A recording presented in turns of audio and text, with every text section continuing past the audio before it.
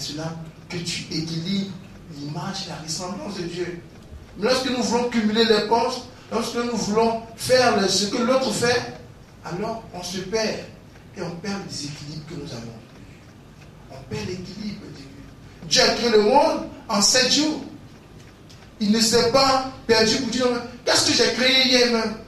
Non. Il ne s'est pas trompé. Il a créé les choses de façon ordonnée et classique.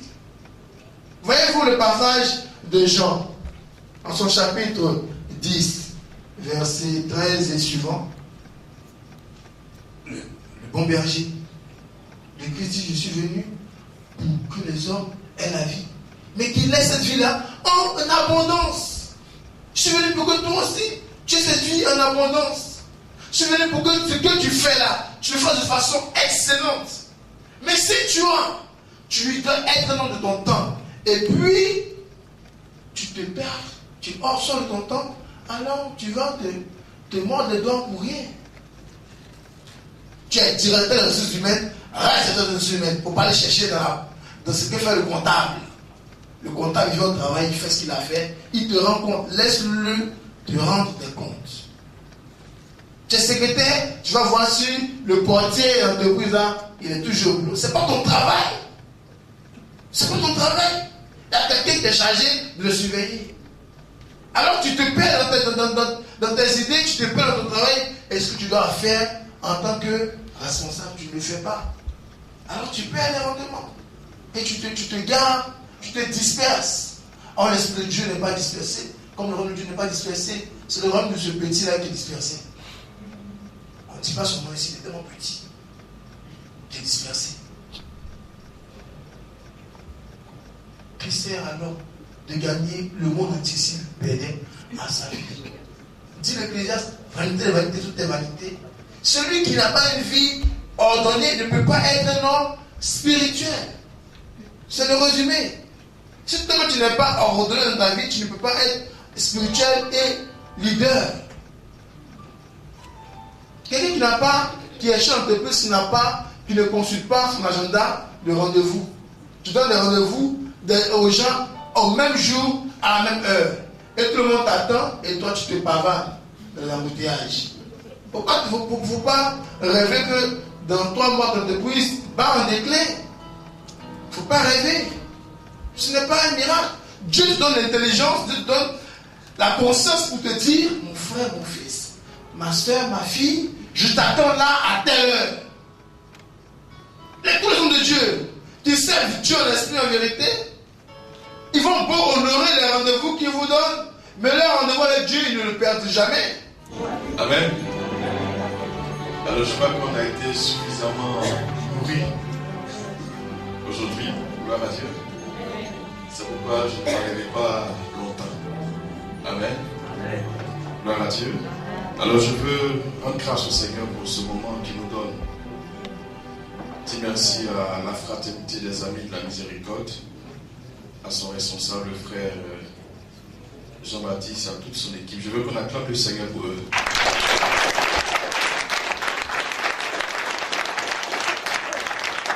C'est grâce à eux que nous sommes là.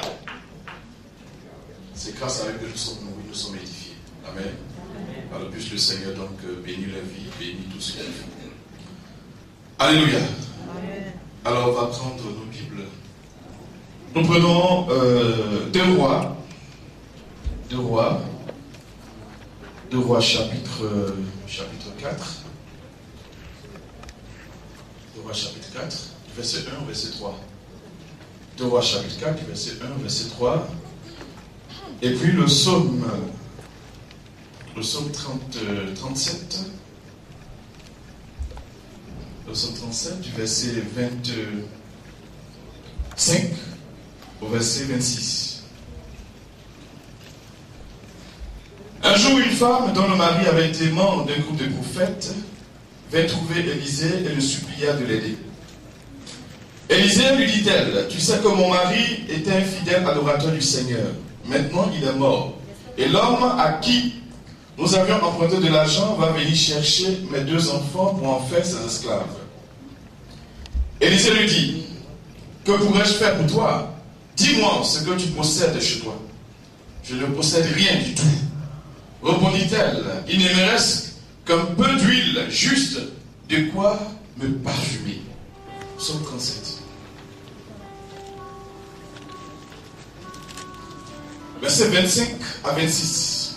J'ai été jeune et me voilà vieux. Jamais je n'ai vu un fidèle abandonné, ni ses enfants réduits à mendier leur pain. Tous les jours, il prête généreusement et ses enfants en tirent encore profit. Tu me suis? J'ai été jeune et me voilà vieux. Jamais je n'ai vu un fidèle abandonné, ni ses enfants réduits à mendier leur pain. Tous les jours, il prête généreusement et ses enfants en tirent encore profit. Voilà cet homme, mes frères et mes soeurs, qui a travaillé. Il faisait partie d'un groupe de prophètes. Et il va mourir. Et voilà que sa femme a obligé de mendier son pain. Alors que le psaume 37 nous dit ceci. Il dit qu'il n'a jamais vu un fidèle abandonné, ni ses enfants réduits à mendier la terre.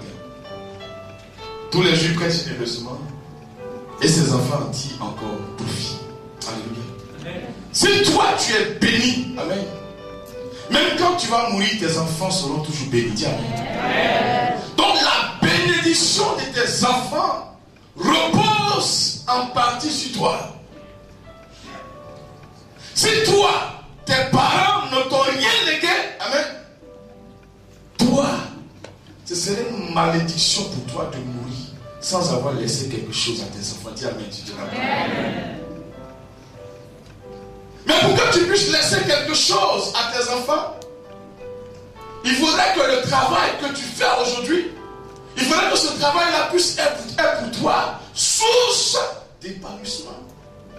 C'est quand tu es épanoui, quand tu arrives à vivre convenablement, mes frères, mes soeurs, et que tu pourrais laisser quelque chose à tes enfants. Mais si tu n'arrives pas à joindre les deux bouts, si chaque mois tu dois prier, jeûner pour pouvoir payer ton loyer, régler les factures, dis-moi, qu'est-ce que tu vas laisser? Tu vas laisser quoi? Ton nom, c'est ton nom seulement que tu vas laisser. Ton nom. Et que ton nom n'est rien, ton nom ne peut rien faire. Il n'y a que le nom de Jésus-Christ seul qui puisse faire la différence. Si tu te lèves et que tu dis, je suis l'enfant de M. Yao. On va dire, Yao c'est qui même? On ne le connaît pas. On ne le connaît pas. Mes frères, mes soeurs, cette réalité-là, c'est ce que vivent beaucoup de familles. Et beaucoup de familles chrétiennes. Le père a servi dans le serviteur. La mère était quêteuse. Animateur, animatrice. Et quand on les cherche après, c'est la galère totale. Il travaille à la retraite. Il est obligé d'aller vivre au campement. Parce qu'il n'a rien laissé à Abidjan. Il n'a rien laissé au village. Donc, il fuit Abidjan. Il fuit le village. Il va en douce. Dis à ton voisin, tout cela doit changer. Alléluia. C'est pour ça que Dieu t'a convoqué. Pour que ça change. Pour que toi, quand tu vas mourir, les gens vont fêter. Allez, quand tu laisses quelque chose là, quand tu meurs, on ne pleure pas. En fait, parce qu'on dit oui, il a bien vécu, il a laissé quelque chose. Mais quand il n'a rien fait, ton nom seul, quand tu meurs, les gens pleurent.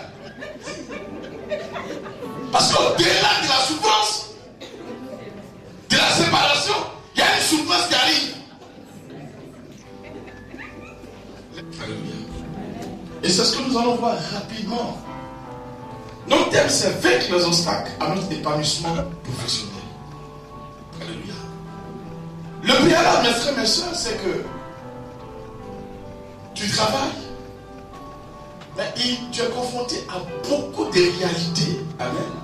Et ces réalités, c'est tout simplement pour faire en sorte que tu ne puisses pas être épanoui. Je connais des gens qui travaillent. Mais parfois le matin se lever à leur travail là, ça leur fait mal. Parce qu'ils ne sont pas heureux. Quand la fin du mois arrive même, c'est-à-dire, ils n'ont pas encore perçu l'argent, mais ils savent que déjà l'argent ne suffit pas. Ça c'est la galère. C'est le travail de Béla. Alléluia. Contrairement au travail du Béla, le travail de l'enfant de Dieu, le salaire n'arrive pas comme il pense même pas à ça. Est-ce que vous comprenez? Il ne se précipite pas, il est tranquille. Lorsque le premier ou le 2 du mois, les gens sont à la banque, lui il est chez lui à la maison. Parce qu'il sait que c'est son argent. Il va utiliser ça au moment opportun. Alléluia. Ce que je suis en train de dire, nous expérimentons cela au quotidien. Pourtant nous sommes chrétiens. Pourtant on prie. Comme le frère Jean-Baptiste ou bien le frère Armand. On parle la langue. Il y a toute l'onction. Il y a toutes les révélations. Mais la réalité est là. Alléluia. La réalité est là. Alors comment allons-nous faire pour être épanouis, mes frères, mes soeurs? Je veux parler de 3 choses essentielles. 3 choses essentielles. Amen. La première des choses, c'est le manque de vision. Le manque de vision. Par rapport au travail. Le manque de vision. Voyez-vous, dans le manque de vision, il est important que nous puissions revoir notre conception et surtout notre appréhension du travail. Gloire à Dieu. Tu veux travailler pourquoi? Pour amasser beaucoup d'argent? Pour qu'on sache que tu es là? Oui, tu veux travailler pourquoi? Laisse-moi te dire ce que dit le catéchisme de l'Église catholique. Dans son point 378. Le catéchisme de l'Église catholique nous dit ceci. Le travail n'est pas une peine, mais la collaboration de l'homme et de la femme avec Dieu dans le perfectionnement de la création visible. Donc on travaille parce qu'on veut coopérer au plan de Dieu. Amen. On ne travaille pas parce qu'il y a un salaire ou il y a de l'argent à avoir. Alléluia. Parce que si tu travailles seulement pour l'argent, ta conception du travail déjà est viciée. Gloire à Dieu. Gloire à Dieu. Si tu travailles seulement pour de l'argent, tu vas faire n'importe quel travail, pourvu qu'on te donne assez d'argent. Ça, c'est un travail idiot. Amen. Parce qu'il y a de l'argent à gagner. Gloire à Dieu. La plupart d'entre nous, quand on doit vous embaucher, on vous demande comment on appelle la prétention salariale. Ah, vous connaissez bien. Elle a dit combien à peu près. Et puis on discute. Parce qu'il y en a du travail, il faut que tu aies de l'argent. Amen. Mais demande à ton voisin, est-ce que tu es prêt à travailler sans être payé? Alléluia. C'est que la plupart du temps, on n'arrive pas à déterminer, j'allais dire, le domaine, amen, le domaine où le secteur d'exercice de notre travail. C'est-à-dire là où tu dois travailler. On n'arrive pas à déterminer ça, gloire à Dieu. Parce que dans le travail, tu libères ton potentiel, gloire à Dieu. Amen. Parce qu'on peut te proposer un travail et puis tu peux refuser. Même si l'argent est bon, même si le salaire est bon, parce que toi-même, quand tu te regardes là, tu sais que tu n'as pas les compétences pour faire ce travail. Est-ce qu'on me comprend? Voyez-vous, mes frères, nous les Africains, si on est pauvres, c'est parce que nous-mêmes on contribue à notre pauvreté. Est-ce qu'on comprend? C'est-à-dire, Dans la plupart des administrations, par exemple, on nomme à des postes de responsabilité des gens qui n'ont même pas la compétence pour le faire. Donc le gars est là, il ne maîtrise rien. Mais comme il y a l'argent, son ami vient d'être nommé ministre, il dit viens, on va bouffer un peu. Et le gars qui a fait une école de plomberie, il vient, et puis il est dans l'administration, il est assis. Il est DG de quelque chose. Imaginez la suite. Un plombier qui est assis, il allait dire, au bureau, pour des choses où on doit réfléchir, trouver des solutions. Tu es plombier. Est-ce que si on t'appelle pour un travail qui n'a rien à voir avec la plomberie, est-ce que tu es obligé de partir? Beaucoup diront, va! Il y a des gens là-bas qui vont t'aider à faire le travail. Va! Donc tu arrives, tu deviens comme une marionnette. Tu connais rien. On te dit, dis-le, alors tu viens dire là. Mais comme tu connais rien dans le travail, mais c'est ça. Mes frères, chacun doit savoir en fonction des potentialités que le Seigneur enfouit en lui. Qu'est-ce qu'il a même de faire et qu'est-ce qu'il n'est pas même de faire. C'est être franc avec soi-même et être honnête avec Dieu. Deuxième chose, en dehors du manque de vision, je suis en train de citer les obstacles. C'est le manque de valeur. Quand la conduite d'un homme lui plaît, le Seigneur lui donne d'avancer avec assurance dans la vie. Frère, vous savez avec moi que les valeurs sont comme des principes. Les valeurs sont comme des forces morales. Sans valeur, un homme qui n'a pas de valeur, c'est un homme qui n'a pas de référence. C'est un homme qui n'a pas de repère. Et beaucoup d'entre nous qui sommes chrétiens, nous travaillons mais sans valeur. Alors que la valeur appelle à la responsabilité du travailleur. Quand tu travailles, il faut travailler honnêtement. Honnêtement. Honnêtement. Le gars qui t'arrête sur la route, il doit faire son travail honnêtement. Mais il t'arrête. Et puis il te dit quoi? On est là. On a la sécurité. Il n'y a pas quelque chose pour nous? Il n'y a pas quelque chose pour nous? Alléluia. Mais ça, c'est selon ce qu'on voit. Parce qu'on a pris tous la route. Il fait son travail. Mais il faut qu'il te raquette quand même. Il n'y a pas d'honnêteté. Il n'y a pas d'honnêteté. Et c'est ce qui fait que, mes frères, mes sœurs, on a beaucoup de failles dans ce que nous faisons. Puisqu'il n'y a pas de valeur. Face à l'argent, celui qui a dit oui, là, il peut dire non. Mais celui qui a dit non, là, il peut dire oui. Va trouver un papier, va te dire, repasse dans 2 jours. C'est la peine d'écouter. Tu dis, frère, on est à nous. Tu me connais, on est à nous. Pas ton papier, fais. Tiens, pour ta pierre. Ta pierre. Va te dire, repasse le soir. C'est-à-dire qu'il avait la capacité de faire le travail pour que tu viennes le soir. Dis-moi un peu. Et quand tu es dans son bureau, tu vas voir, il y a une digba vierge comme ça qui est là. Statue de la vierge, elle collée, elle est là. Mes frères, mes soeurs, c'est cela. C'est cela. Travailler là, c'est bien. Mais comment tu travailles? Chercher de l'argent là, c'est bien. Mais comment tu le fais? Comment tu le fais? Parce que tu peux tout avoir aujourd'hui, mais si tu n'as pas eu cet argent dans de bonnes conditions, ça ne sera pas sécurisé.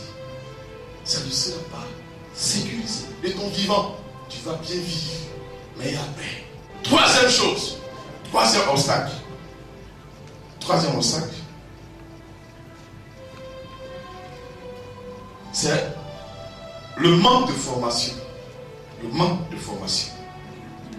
La première chose, c'est le manque de vision, ensuite le manque de valeur, manque de formation. Et quand je parle de formation, je parle d'expertise, je parle de compétences. Gloire à Dieu.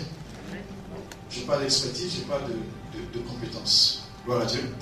Voyez-vous, si vous avez la grâce de travailler, ça c'est une chose, c'est une bonne chose. Mais le chrétien ne doit pas se limiter. C'est-à-dire que tu entres dans une entreprise avec ton BTS et tu vas à la retraite avec ton BTS, tu as un problème. Tu as un problème. Tu as un problème. Si tu entres avec le BTS, il faut que tu aies la retraite avec plus que le BTS. Parce que tu es entré là, à l'intérieur, tu te formes, tu te forges. Il y a des formations par-ci, par-là, tu vas. Est-ce que quelqu'un me suit? Il ne faut pas rester là de façon statique. Donc tu as pris le BTS là, le temps s'est dépassé. Tu lui as dit, oh non, Dieu va faire, l'Éternel, il va faire. Il va faire. Mais il va faire aussi avec ta compétence. Dans ce que tu fais,